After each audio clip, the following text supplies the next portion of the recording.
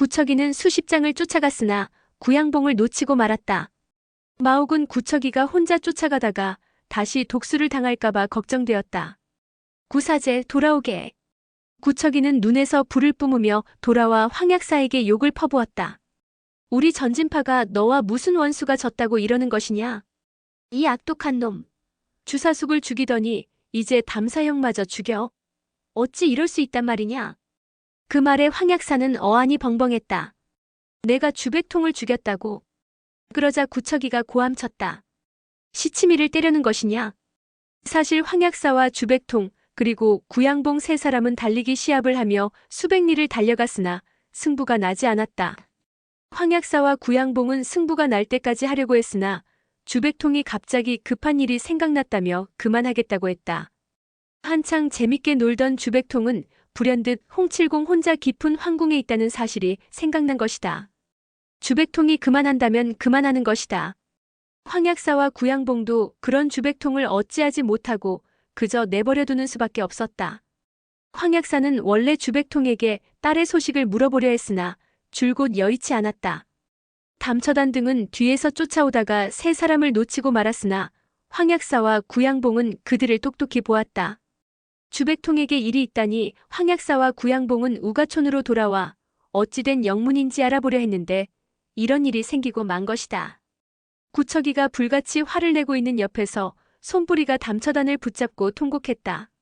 그때 담처단이 천천히 눈을 뜨고 작은 소리로 중얼거렸다. 전 이제 갑니다. 그 말을 듣고 황약사와 죽기 살기로 싸우려 하던 전진파 도인들이 급히 담처단의 주위로 몰려들어 무릎을 꿇고 앉았다. 담처단은 담담하게 도가 경전의 한 구절을 읊조리더니 눈을 감고 세상을 떠났다. 전진육자는 모두 고개를 숙이고 고인의 명복을 빌었다. 마옥이 담처단의 시신을 끌어안고 나가자 나머지 사람들도 그 뒤를 따랐다. 그렇게 모두 고개를 돌리지 않고 문을 나섰다. 그들은 모두 문을 나서며 담처단이 죽었으니 청강북두진법도 파괴되어 황약사와 싸운다 한들 헛되이 6사람의 목숨만 잃을 것이라 생각했다. 그들은 이 원수는 훗날 꼭 갚겠다고 다짐했다. 황약사는 전진파와 뭔가 오해가 생겼다고 짐작했으나 그저 냉소만지일 뿐 변명하지 않았다. 황약사는 몸을 굽혀 매초풍의 시체를 들어 올렸다. 그때 갑자기 문 밖에서 말 울음소리가 들렸다. 바로 곽정의 홍마였다. 이어서 바보 소녀의 목소리도 들렸다. 여기가 바로 우가촌이에요. 그런데 곽시성을 가진 사람이 있는지 없는지 내가 어찌 알겠어요? 그러자 누군가 짜증 섞인 목소리로 말했다. 마을에 인가도 몇 집 되지 않는데 그걸 모른단 말이오. 그러면서 사람들이 문을 열고 들어오는데 황약사는 이들을 보고 안색이 변했다. 문을 열고 들어온 사람들은 뜻밖에도 황약사가 발이 닳도록 찾아 헤매던 강남육계였던 것이다. 강남육계는 황약사와의 약속을 지키기 위해 도화도로 갔다가 황약사가 없는 것을 알고 돌아오는 길이었다. 강남육계는 섬에서 나오는 길에 숲속에 있던 홍마를 발견하고 섬에서 데리고 나왔다. 그러곤 곽정을 찾으러 우가촌으로 향했던 것이다. 막 문을 들어서던 강남육계는 황약사가 매초풍의 시신을 품에 안은 채 서 있는 모습을 보고 모두 깜짝 놀랐다.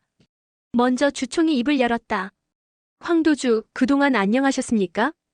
저희 형제들이 도주님의 말씀대로 도화도에 가서 인사를 드리려 했으나 마침 안 계시더군요. 오늘 여기서 뵙게 되니 이런 행운이 없습니다. 주총은 허리를 굽혀 예를 올렸다. 황약사는 원래부터 강남육계를 죽일 생각이었는데 매초풍이 비참한 최후를 맞고 나니 더욱 복수심이 불타올랐다. 황약사는 살아생전 매초풍의 원수였던 강남육계를 죽여 매초풍의 원한을 풀어줘야겠다고 생각했다. 그는 아무 말 없이 오른손으로 매초풍의 시신을 안고 왼손으로 뼈가 부러진 그녀의 손목을 잡았다. 강남육계가 그런 황약사의 행동에 고개를 갸웃하는 순간 황약사의 몸이 흔들리나 싶더니 어느새 한보구 곁으로 다가오더니 매초풍의 손을 들어 한보구를 후려쳤다. 한보구는 깜짝 놀라 황급히 오른팔을 들어막았다. 비록 시신의 팔을 통해 공격하긴 했으나 그 위력이 대단했다. 강남육계는 왜 황약사가 아무 말도 없이 자기들을 공격하는지는 몰랐지만 일단은 각자의 무기를 꺼내 들고 한보구를 구하기 위해 황약사에게 달려들었다. 그러나 황약사는 강남육괴가 무기를 꺼내든 말든 신경 쓰지 않고 매초풍의 시신을 높이 들고 앞으로 달려들었다. 매초풍은 숨을 거둔 후에도 눈을 감지 못해 부릅뜬 모습이었다. 게다가 헝클어진 긴 머리, 입가의 핏자국 등이 공포스럽기 짝이 없었다. 황약사가 매초풍의 오른손을 들어 한소영의 머리를 내리쳤다. 한소영은 순간 공포에 휩싸여 제대로 반응하지 못했다. 그걸 보고 남희인과 정금발이 각각 매초풍을 향해 멜대와 추를 휘둘렀다. 황약사는 시체의 오른팔을 뒤로 빼고 왼팔을 뻗어 한소영의 허리를 공격했다. 한소영은 고통을 이기지 못하고 그 자리에 주저앉고 말았다. 한보구는 한소영을 구하기 위해 황약사의 등을 향해 금룡편을 휘둘렀다. 그러나 황약사가 왼발을 들어 채찍 끝을 밟아버렸다. 한보구는 힘주어 채찍을 잡아당겼으나 채찍은 꼼짝도 하지 않았다. 그때 매초풍의 손가락이 그의 얼굴을 향해 날아왔다. 한보구는 깜짝 놀라 채찍을 놓고 뒤로 몸을 젖혔다가 땅바닥을 굴러 뒤로 물러났다. 그러나 얼굴이 화끈거리며 아팠다. 손으로 만져보니 얼굴에는 이미 길게 5손가락 자국이 나고 온통 피투성이가 되어 있었다. 다행히 매초풍이 이미 숨을 거둬 구운 백골조를 쓸 수 없는 데다 매초풍의 내공이 아니었기에 손끝에 독기운이 남아있지 않았다. 만약 그러지 않았다면 이미 죽은 목숨일 터였다. 수압을 겨루고 나자 강남육괴는 곧 수세에 몰리기 시작했다. 그나마 황약사가 매초풍의 시신을 들고 공격했기 때문에 지금까지 버틸 수 있었다. 만약 직접 공격했다면 강남육괴는 진작 황약사의 손에 목숨을 잃었을 것이다. 곽정은 밀실 안에서 주총이 황약사에게 인사하는 소리를 듣고 뛸 듯이 기뻤다. 그러나 뒤이어 서로 싸우는 소리가 들리고 더욱이 사부님들의 힘겨운 숨소리가 들려오자 상황이 매우 위급하다는 것을 직감했다. 비록 단전의 기가 아직 안정되지 않았지만 자신을 길러준 사부들을 죽게 놔둘 수는 없었다. 곽정은 기를 누르고 호흡을 모아 장력을 발해 벽을 때렸다. 그러자 벽이 산산이 부서졌다. 곽정이 기를 다스리다 말고 갑자기 일어나 장력을 발산하자 황용은 깜짝 놀라 기겁했다. 오빠, 지금 움직이면 안 돼요. 그 말이 떨어짐과 동시에 곽정은 가슴을 부여잡고 한쪽 무릎을 꿇었다. 안정되지 않은 기가 폭주하여 위로 솟구치면서 뜨거운 열기가 심장을 공격한 것이다. 곽정은 하는 수 없이 급히 자리에 앉아 호흡을 가다듬었다. 황약사와 강남육괴는 갑자기 벽이 부서지면서 곽정과 황용이 나타나자 여간 놀라지 않았다. 황약사는 갑작스레 나타난 황용을 보고 놀랍고 반가워 마치 꿈을 꾸는 것만 같았다. 아무리 눈을 비비고 다시 봐도 자신이 사랑하는 딸 황용이 분명했다. 용아, 용아, 정말 너란 말이냐? 황용은 곽정의 손바닥에 자기 손바닥을 맞댄 채 미소를 지으며 고개를 끄덕일 뿐 아무 말도 하지 않았다. 황약사는 그 모습과 태도에서 둘 사이가 어느 정도인지 짐작할 수 있었다.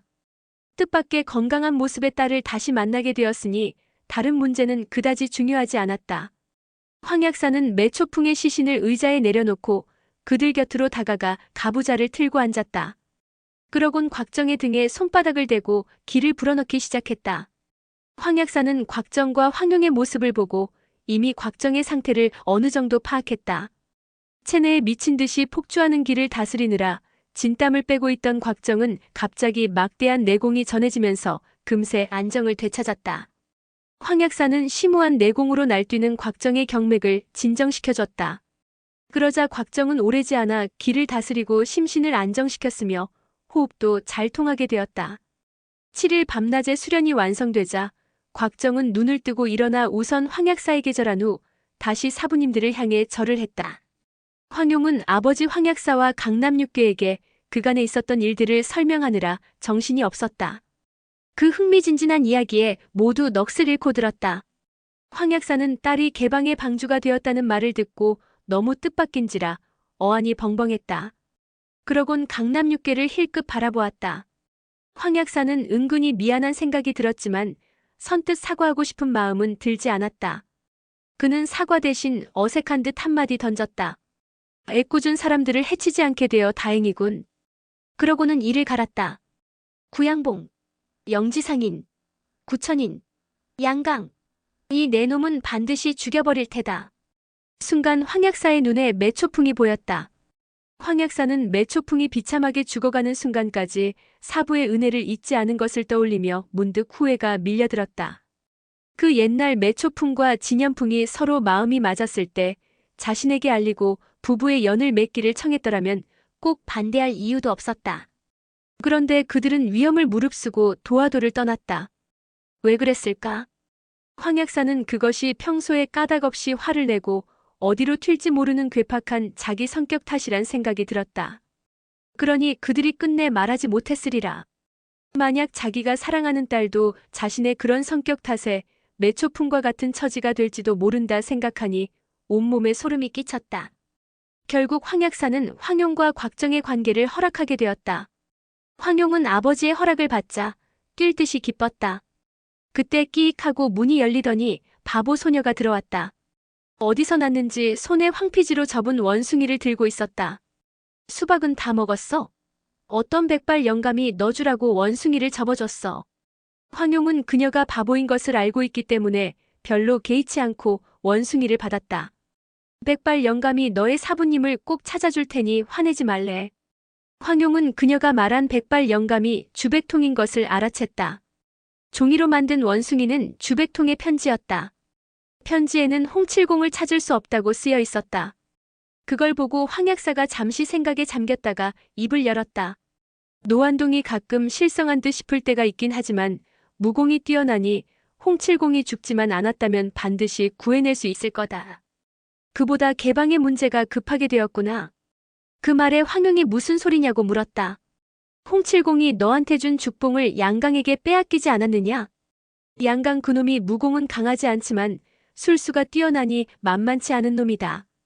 결국 구양극 같은 인물도 그놈 손에 죽지 않았느냐? 그런 놈이 죽봉을 손에 넣었으니 분명 무슨 음모를 꾸밀 게 틀림없다. 우선은 서둘러 그놈을 잡아 죽봉을 되찾는 게 급선무인 듯 싶구나. 그놈 때문에 개방 제자들이 해를 입게 되면 방주인 네 체면이 뭐가 되겠느냐? 평소에 황약사라면 개방에 문제가 생기든 말든 알 바 아니었다. 오히려 고소해하면서 구경이라도 했을는지 모른다.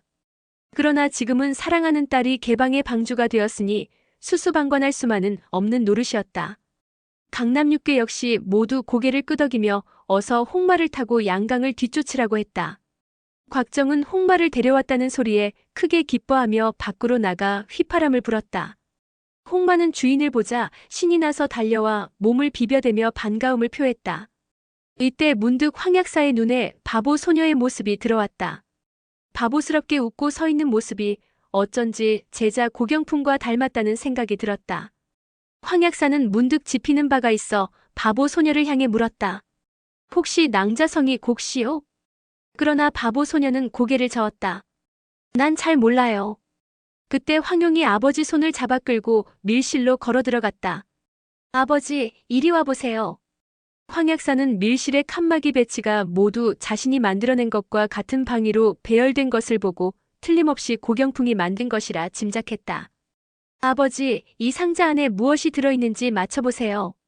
그러나 황약사는 상자는 거들떠보지도 않고 서남쪽 구석으로 다가가 벽을 미니 작은 구멍이 나타났다.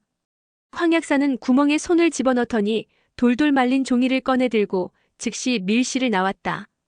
황용은 급히 아버지 뒤를 따라 나와 대체 무슨 종이인지 호기심 어린 눈으로 지켜보았다.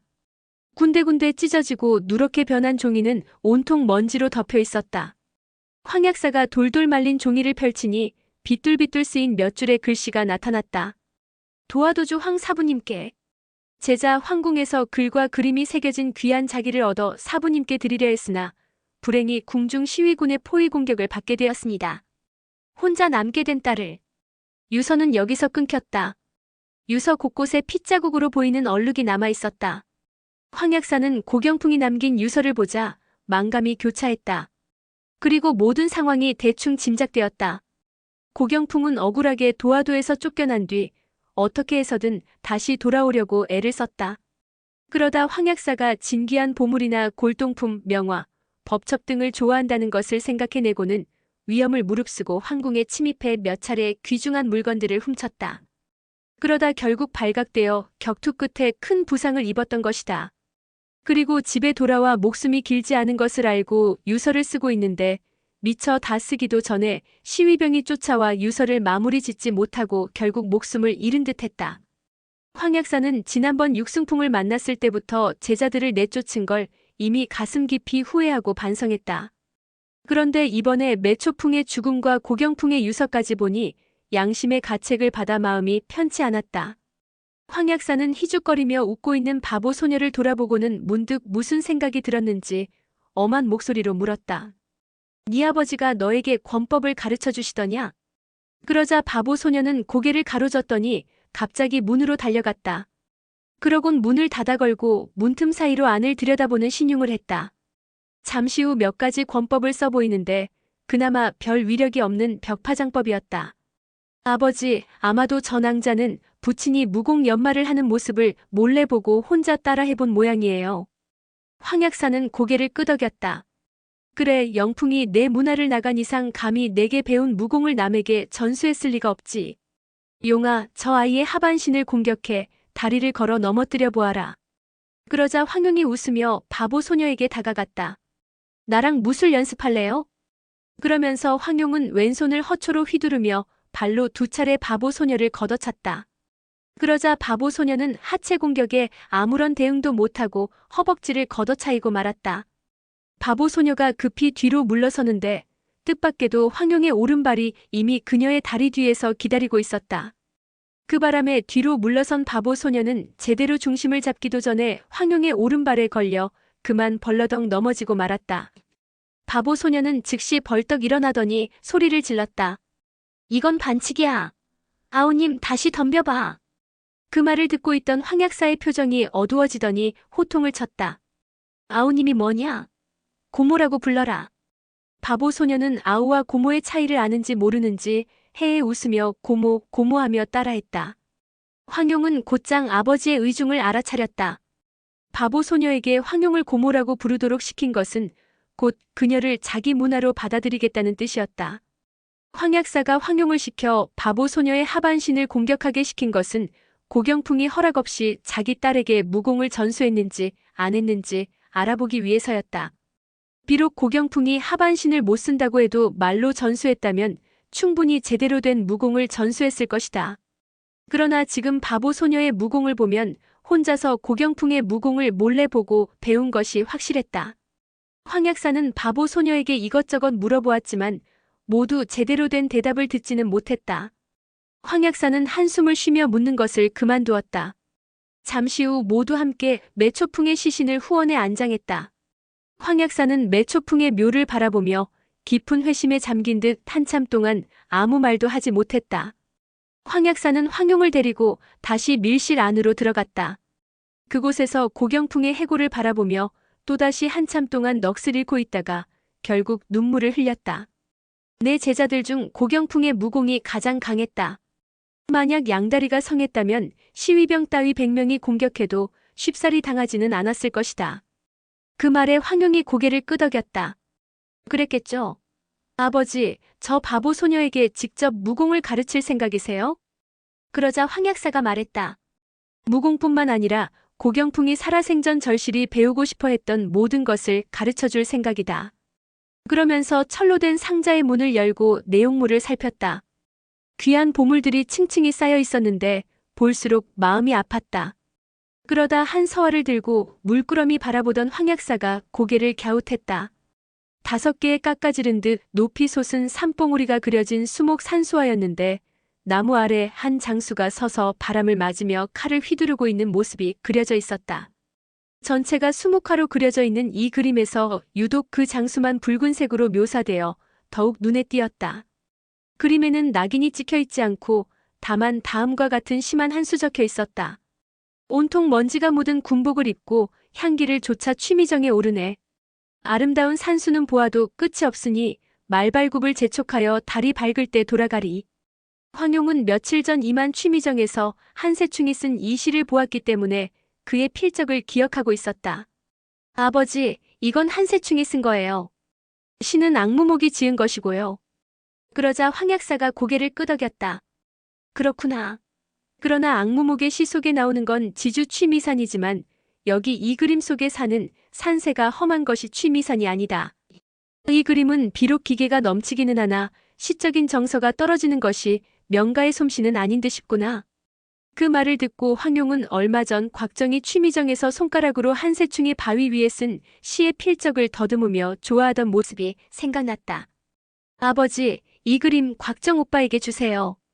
그러자 황약사는 웃으며 그림을 건네주었다. 황약사는 해골이 된 고경풍을 매초풍 옆에 묻어주었다. 그러곤 자루를 들고 밀실로 들어가 고경풍이 모아놨던 보물들을 챙겼다. 그때 갑자기 밖이 소란스러웠다.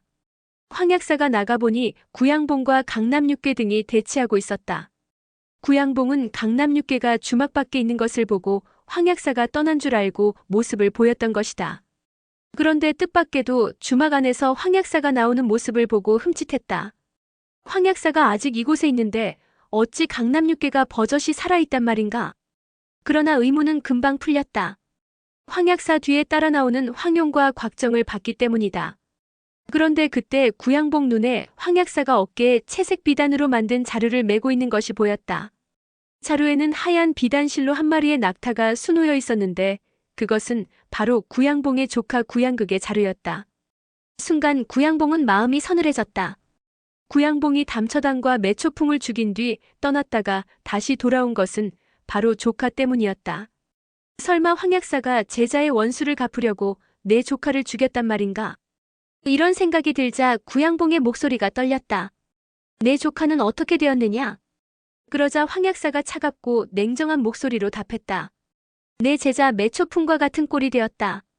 황약사의 말에 구양봉은 가슴이 철렁 내려앉는 것 같았다. 구양극은 비록 겉으로는 조카지만 사실은 구양봉이 목숨처럼 사랑하는 친자식이었다. 황약사와 전진파가 비록 자기와 깊은 원한을 맺기는 했지만 구양봉은 자신했다. 자존심 높은 황약사가 다리가 불구가 된 구양극을 화풀이 삼아 죽이지는 않을 것이라고. 또한 정파 무림을 대표하는 전진칠자 역시 구양극을 해치지는 않을 것이라 확신했다. 그 때문에 구양봉은 사람들이 흩어지고 나면 아들을 조용한 곳으로 데려가 요양을 시킬 생각이었다. 그런데 뜻밖에도 아들이 이미 목숨을 잃었다니. 구양봉의 분노가 엄청난 살기로 변했다. 황약사는 구양봉이 꼼짝도 하지 않고 눈을 부릅뜬 채 자신을 노려보는 것을 보고 그가 곧 공격해오리라 짐작했다. 황약사는 본능적으로 이번에 싸움이 붙으면 틀림없이 사생결단을 낼 것이기에 마음속으로 방비태세를 갖추었다. 그러나 뜻밖에도 구양봉이 질문을 던졌다. 네가 죽인 것이냐? 아니면 전진파가 죽인 것이냐? 그러자 황약사가 냉담하게 답했다. 전진파의 무공도 배우고 도화도의 무공도 배운 녀석이 죽였다. 네 놈도 잘 아는 놈이니 직접 찾아가 복수하거라. 황약사는 양강을 가리켜 한 말이었으나 구양봉은 즉시 곽정을 떠올렸다. 구양봉은 비통한 마음에 마치 불꽃이라도 튈 것 같은 눈으로 한참 동안 곽정을 노려보았다. 그러곤 구양봉이 다시 황약사에게 물었다. 내 조카의 자루를 들고 뭐하는 것이냐? 그 말에 황약사가 콧방귀를 뀌며 답했다. 네 조카가 가지고 있던 도화도의 지도를 되찾은 것뿐이다.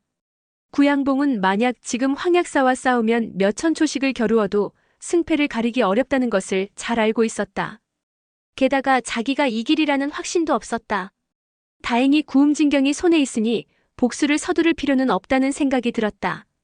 구양봉은 친자식이 죽었다는 비보를 전해 들은 순간에도 냉정하게 사태를 따져보았다. 동사 다음 기회를 기약합시다. 그러면서 구양봉은 자리를 떠나려는 듯 소매를 휘날리며 몸을 휙 돌렸다. 순간 황약사의 안색이 바뀌더니 왼손을 뻗어 딸의 앞을 막았다. 그와 동시에 구양봉이 황용에게 무언가 하려는 것을 눈치챈 곽정이 큰 소리를 지르며 구양봉의 가슴을 향해 쌍장을 날렸다. 곽정은 구양봉이 자신의 공격을 막으려 하면 황용에게 향했던 공격의 위력이 떨어질 거라고 생각했다.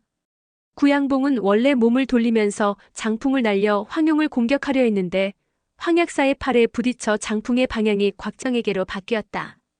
구양봉의 내공에 황약사가 밀어내며 실린 힘까지 더해진 탓에 그 위력과 속도가 만만치 않았다. 곽정은 정면으로 맞받아낼 엄두를 내지 못하고 땅바닥을 굴러 간신히 피한 뒤 벌떡 일어났다. 곽정의 얼굴이 창백해져 있었다. 그걸 보고 구양봉이 코웃음을 치며 말했다. 애송이 녀석이 며칠 안 본 사이에 무공이 많이 늘었구나.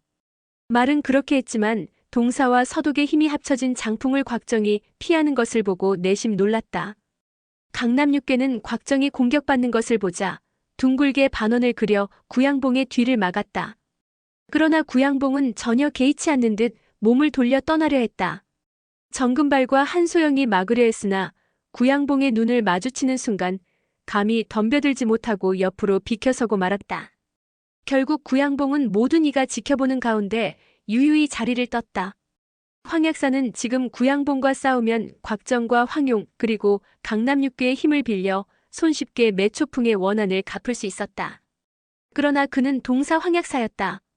언젠가 혼자서 구양봉을 찾아가 결판을 지으리라 생각하며 냉소만 머금을 뿐 구양봉을 막지 않았다. 오늘의 영상은 여기까지입니다. 영상이 도움이 되셨다면 구독과 좋아요, 알람 설정 부탁드립니다. 시청해주셔서 감사합니다.